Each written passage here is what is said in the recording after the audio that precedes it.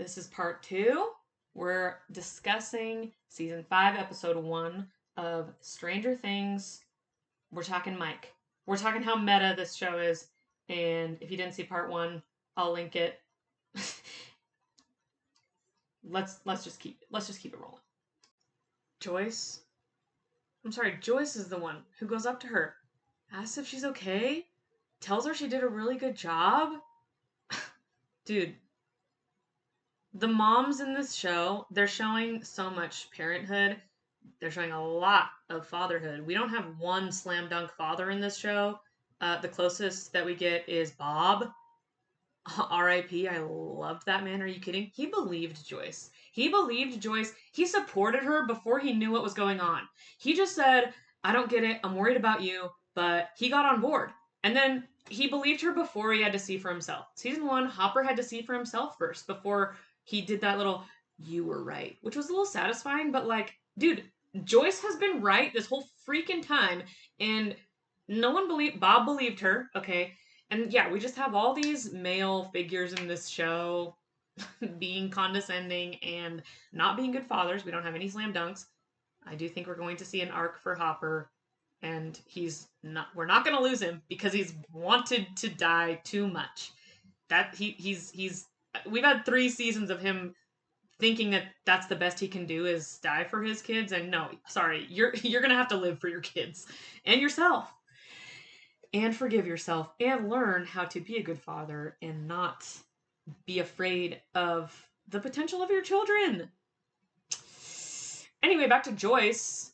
This is partly about the lifeline that even if you have whatever kind of father you have, the kind of mother you have, they both matter. I mean, Billy in season 3, we learn that he, similarly to Will Byers, another William, by the way, 2 Williams, interesting, abusive dad, but instead of the abusive dad leaving, we had the mother leave Billy with his abusive dad, which is, I don't have anything to say about that, but it means something to me that the first we see of Hopper, the first time he opens his mouth this season is just to tell her she's not good enough, and Joyce runs after her. His daughter, by the way, his daughter. Okay, here's another note. In the end of season 2, when he's like, oh my gosh, how'd you get to that? I'm sorry. End of season 2, we have, so are we just not going to talk about it? And she's like, what? And how does Mike start his conversation with Elle in season 4 after she smacks Angela? He goes up to her room. So are we just not going to talk about it? Lots of Mike saying the same words as Elle's bullies and papas. Interesting. Where was I? We were at season 2. I need to pause because I don't remember. I remember what I was going to say. It's that he goes, how did you get to Mama's house? And she's like, a man. And he goes, a man. And she goes, in a truck. He goes, a truck. And she goes, a big truck. And he looks very alarmed while he's driving Elle around in his truck. And he is a strange man who just like adopted her because she literally had nowhere else to go. I think that interaction was very funny and very meta, of like Hopper being worried that a big man in a scary truck took her, and he's worried about her. You are the big man in the scary truck that is dangerous to her. The call's coming from inside the house, Hopper. And not because you're a curse, but because you need to learn. Still wants to feed her, her to eat waffles and watch Miami Vice. Yeah, Elle's food choices and them continuing to call it charging her battery, a little weird, and also I think saying something. And the food she's eating is how they're treating her. The waffles is treating her like a child. He gives her some of the beef jerky out of desperation in the Upside Down. But that's part of the food arc that I'm talking about here. Okay, Murray pretending to be someone else to get into the quarantine. I'm sorry, that's Mike pretending to be someone else to operate and fly under the radar. I might get more this is taking a very long time. I'm not even. I'm 18 minutes into this episode, and again, I skipped the first 5 minutes. But I want to talk about Yuri from season 4 for a sec. Yuri's a peanut butter smuggler. Okay, Yuri's a peanut butter. I'll get into the peanut butter later. I'm sorry. No, you know what? Let's fucking go. Peanut butter. I'm sorry. At the end of season 4, second to last episode, Robin has lost all hope. She sees Vicky with her boyfriend. She's like, it's over. Steve's like, I still have hope. Robin's like, no way. Final episode, Vicky makes a peanut butter and peanut butter sandwich. Yuri is a peanut butter smuggler who once was a great leader. And Anton says, where's that man? I do not see him. Michael the Great Leader from season 1, season 2. You know, Anton says he was a great leader and he lost himself to drink and cards. Michael, who drink, coffee, cards, D&D, has he lost himself because now all he's concerned with is smuggling, hiding, peanut butter? Oh, and don't get me started on peanut butter boppers that have a hard, emotional external shell and then a soft peanut butter inside. Last thing on the peanut butter. Hopper escapes his mind prison in Russia and then goes straight to a church and snuggles up and eats peanut butter with his fingers. I'm sorry. The peanut butter was the last straw for me. I was like, no. This is real. I believe them. I believe them now after the Yuri thing. Because I didn't like the Russia storyline in season 4. And I didn't care for it. But you know, this is the criticism of the show. They're always introducing these random characters for no reason who have these like silly lines. It's very just like, why did they, just for a cheap laugh that wasn't even funny? Why do we have Yuri going on having an arc of like being a bad guy and becoming a good guy? Oh, maybe it's because there's another character who is important, who we can't show directly because we're following the military's code. We're following Netflix's code. We're following everybody's code. Wow. And another thing, now that I just got a glance at myself because I put chapstick on. In season 4, Max is like wearing a lot of chapstick, and you can kind of see it. Mike is also wearing a lot of chapstick that you can see. Are they both thirsty? All right, we've arrived at the scene that inspired me to create this scene on a rewatch made me a true believer in the fact that this is a meta show. Because on a first watch, this scene made me roll. My eyes could not have been rolling further back in my head. But again, I need to slow down because every line counts. Scene starts off with Robin. I swear this thing doesn't even exist. And what's this thing she's talking about? The thing that fixes the interference that the radio station is experiencing. Oh god, I swear that thing doesn't even exist. I swear that the signal we're trying to get out doesn't even exist. The code we're trying to decode, it doesn't even exist, guys. We are so delusional. And who's the one who finds the manual to fix it? Nancy Wheeler. Mrs. Mike Wheeler. All right, and then looking at the manual, trying to figure it out. We have this weird Steve Jonathan thing, and Jonathan's giving these looks. And who does he look like giving Steve and Nancy these looks? He kind of looks like how Will has looked for the last 2 seasons, especially season 4. I'm sorry, how do they do their eyebrows like that? How do they make their eyebrows the longing look?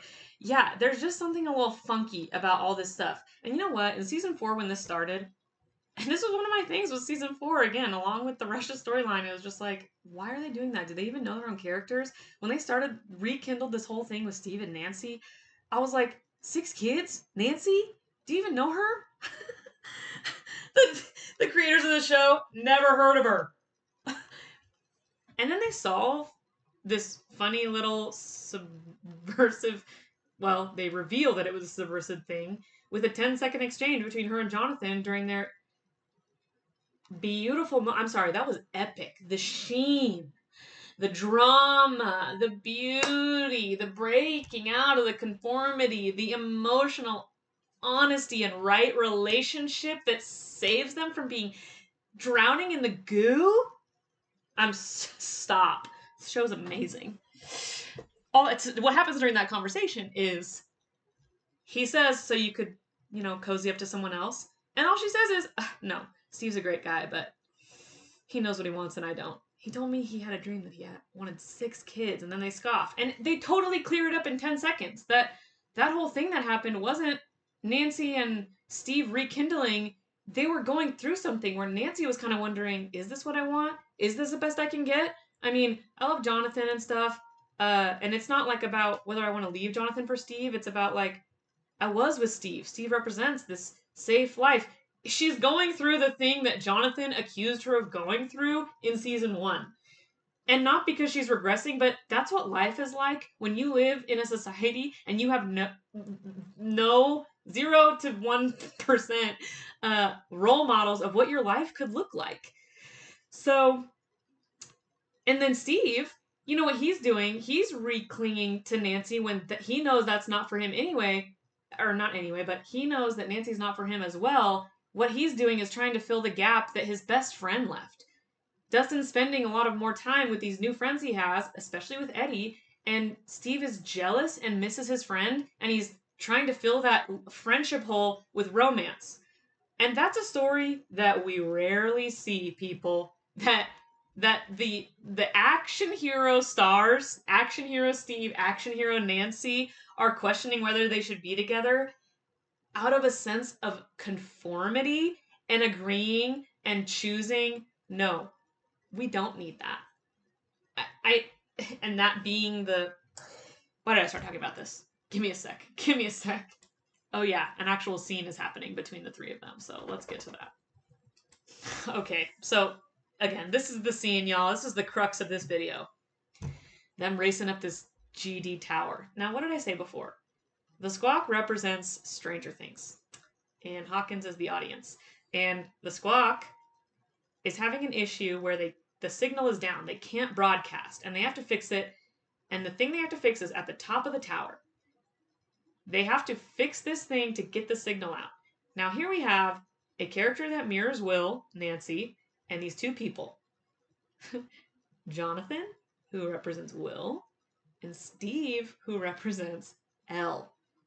And Steve feels like, I need to be with her because that's, like, we should just be together. It just makes sense. What he really misses is his friend, but he thinks it will be filled by Nancy. What Elle really needs is her friend, but she thinks it'll be filled by Mike. And why is that, by the way? It's because Hopper would not let her out of the house, and all she could do was watch TV. And what was available on TV for women at the time? Romantic relationships with men. So that's all she has. She has abuse and sitting at home watching the only TV available. That's why she's clinging to Mike, by the way.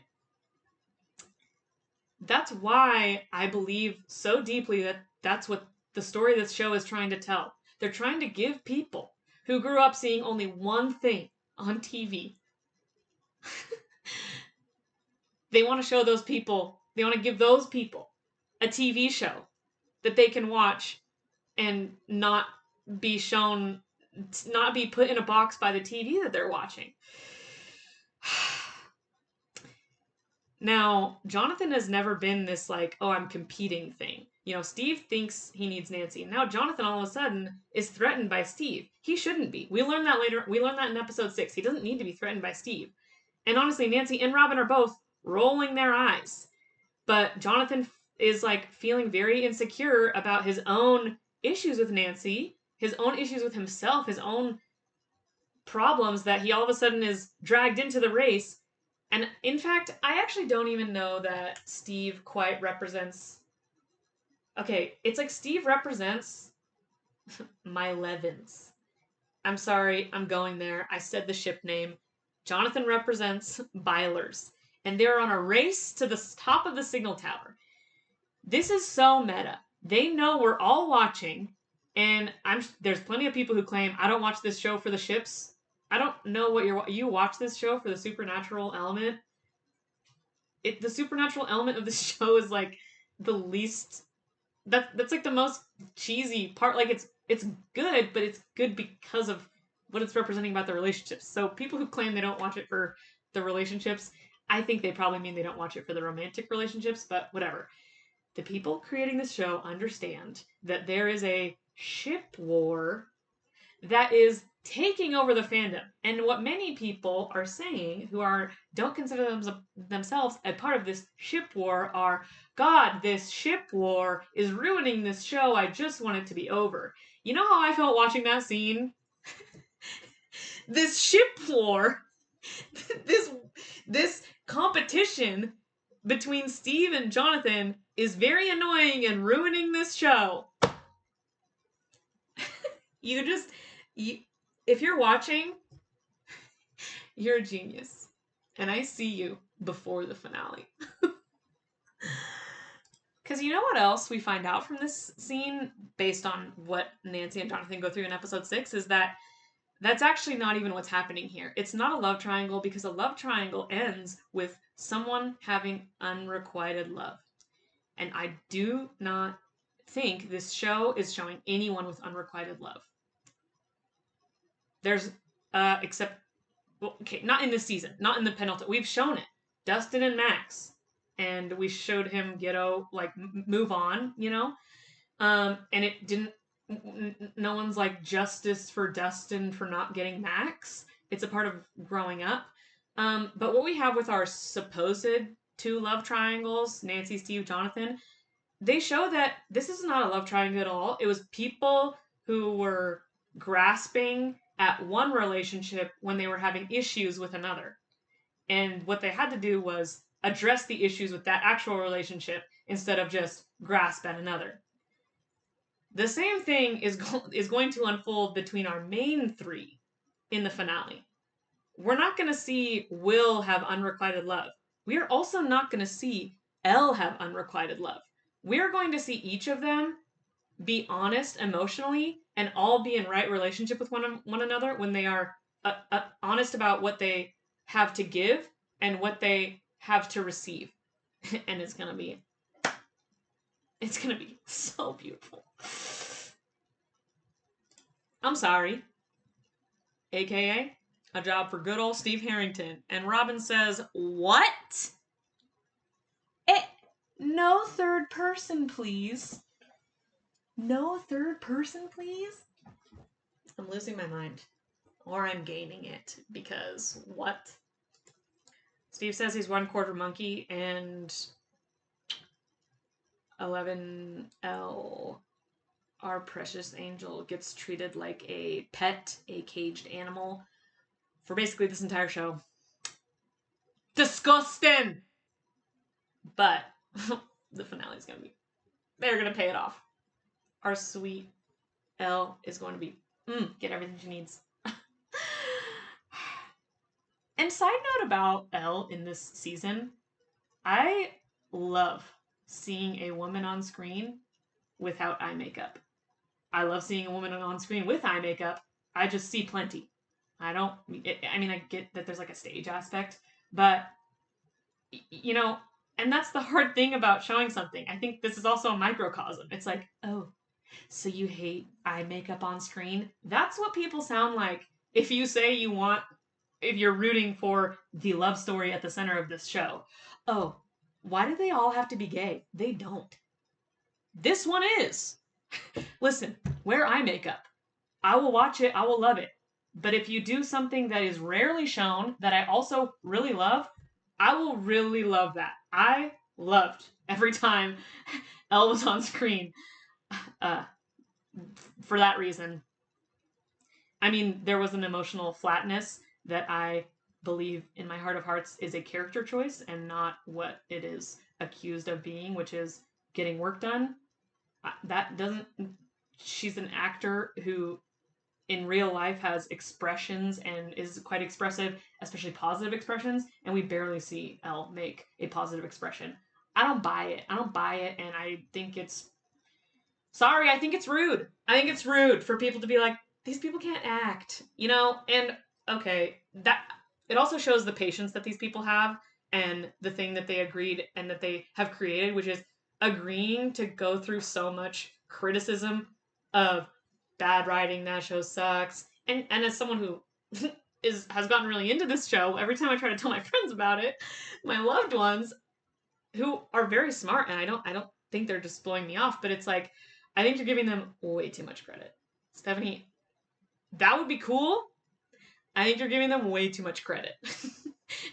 And if I am, class action lawsuit. I've been joking about this. We got a lawyer, okay? No, I'm not going to joke about that on my video. I'll have to learn how to edit now. I will not be doing that. I don't know how this works because also I just know what's going to happen tomorrow. So I don't even care. Also, Steve says, I'm not an idiot. Who else is not an idiot? Nancy voice. Elle's not stupid. And the amazing line from Robin, what is it about you that brings out their inner Neanderthal?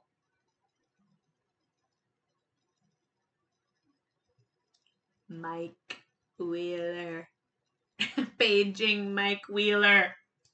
Grocery delivery? Wait a sec. Grocery? I wish I could do both eyebrows. Grocery delivery? I'm sorry. What I was gonna say was another food-related thing where it's like it's a grocery delivery, but it's actually something else. You know, this show is about something being something else. But if I say, hey, I think this something is about something else, I'm gonna stop complaining about being accused of these things. I think I've said it enough. The other reason I think it's meta, it's like these people know how to make TV. We all saw season 1. That's why we're here. The lighting and the green screen on this tower, like I don't necessarily think this is something that is going to be revealed in the finale, that this is a meta thing. I think the stuff that is revealed in the finale will illuminate that. And it will illuminate it better than this hack job, the stage green screen production that they've done at the top of the tower. It's so cheesy. It's so in your face that it's a green screen and this weird lighting. They're showing us the fact that this is. I hope you get what I'm saying. The fact that they didn't do a more realistic view of the top of that tower, I think, was trying to say something about what this scene is actually about. And it's trying to remind you that you're watching TV, so you're less immersed and then thinking about the implications of it rather than immersed in the universe. Because it's meta. Okay, them getting to the top of the tower and yelling down at the same time. I fixed it! How is that not? Again, I don't like this because I love Byler because I love Mike and Will, but Byler and I don't know if I want to say that. Okay, I'll finish my thought. I think what I'm saying is, if you've seen that interview of Caleb going, Byler, or the interview from Gaten saying, I think the Byler stuff is funny, and kind of saying that Byler is just about boys kissing, I think what they mean is what I'm talking about here, where it's not about Byler because the concept of shipping, I think, is sort of just like, oh, it's a ship in a show. And what they're trying to say is it's not Byler because this whole show is about these people's journeys. And I also think they're trying to say something about the role of Elle. It's not like and this is what this scene is making fun of. They're racing to the top, they get to the top, and they say, I fixed it. And what happened Christmas night? Everyone was going... We got very sparse Mike and Will. We got very sparse Elle and Mike. There's just kind of nothing really to go off for either of them, and the joke all day was, Oh my gosh, they did the impossible. They united the. Like I saw one that was like, Byler going to Bone Town, but my Levin going there too. I don't think it was Bone Town, probably. Bone the graveyard. I don't know, but this is my thing. It's not. It's not a love triangle. That's what I'm trying to say. It's about Mike and Will, and their individual journeys, and it's going to be about their love for one another. But it's not a love triangle. That's all I'm trying to say. Not. No, that's what I'm trying to say. And yeah, I just want to wrap this up. Just very funny that they put this in here and made fun of that in a I mean, I'm just saying they promised and they delivered, and this is why I'm just like excited for tomorrow night purely. Wow, what a journey. Okay, Murray being Santa and like what he's bringing from the outside in, and we were all it was on Christmas. I like this show. It's like it's giving us stuff and it's giving us gifts and it's like you open a gift and is it what I wanted? And on Christmas we all opened the gift and we were like, I I was like, I can't believe I've never been so excited the day after Christmas. I mean, I'm a grown woman. It's been a while since Christmas Day was like, whoa. I love it for very different reasons than when I was a child, but uh, yeah, I'm talking about. I felt the day after Christmas like it was the day before Christmas. I was like, oh my gosh, it's still like, whoa, they're setting everything up. Telemetry tag, scarcer than hen's teeth. Listen, a little locator that'll help you find the thing you're looking for, very scarce. If you're looking for something specific, you're gonna have a hard time finding it in the coming episodes until the finale. Enough bullets and shells for Hop to start a small war? Yeah, that's a man who is associated with violence. If he should so choose, he has the choice. He's a big, burly man. Sometimes I can't tell how deep I want to go into each thing. Also, this is where Jonathan gets the cassette tape with a very special surprise inside, and I watched that and I thought about what this show has done to me with the characters, and I thought, that's usually a sign, a trope that one of them isn't going to survive. And I thought, okay, actually, I think that means they're both safe. And I do think they're both safe. I think they're both going to live. They did it. They subverted it in the way I didn't think so, which is that they're not getting married. It was another where you saw it and you go, Jonathan, no, like no one knows Nancy. Steve doesn't know Nancy. Jonathan doesn't know Nancy. The people who wrote the show don't know Nancy. And then all of a sudden, one episode, it's like, Nancy! Wow. Why does Jonathan's shirt say the fall? Okay, Murray says, for the station manager, Nancy, the reason for my premature delivery. I feel the buyers living at the Wheelers is what he may be referring to. Because that was a premature delivery if I ever saw one. I mean, oh my goodness, what a roller coaster people have been on. We're so back, we're gone, we're so back, we're gone. The show is saying that, by the way. Wait, and it's called a burn? Sorry, a flame, like a burning. The burn is tonight. Oh my gosh, us having a nice moment between our two main characters. A burn tonight. Is that how we've all felt? the day before Thanksgiving, the first episode of the entire season, where we're all like, are they going to deliver? A burn tonight? Premature delivery? Oh my gosh, they're going to deliver this quickly? And then all of a sudden, a famine. Oh my goodness. That's a lot of cargo. And I had this idea earlier. Because they bring this up multiple times. Murray, I figure a supply drop this big takes 2 hours minimum. I wonder if Marie might think it might take about 2 hours and 8 minutes to deliver a supply drop that big. That's a good stopping point for part 2. I'll see you in part 3.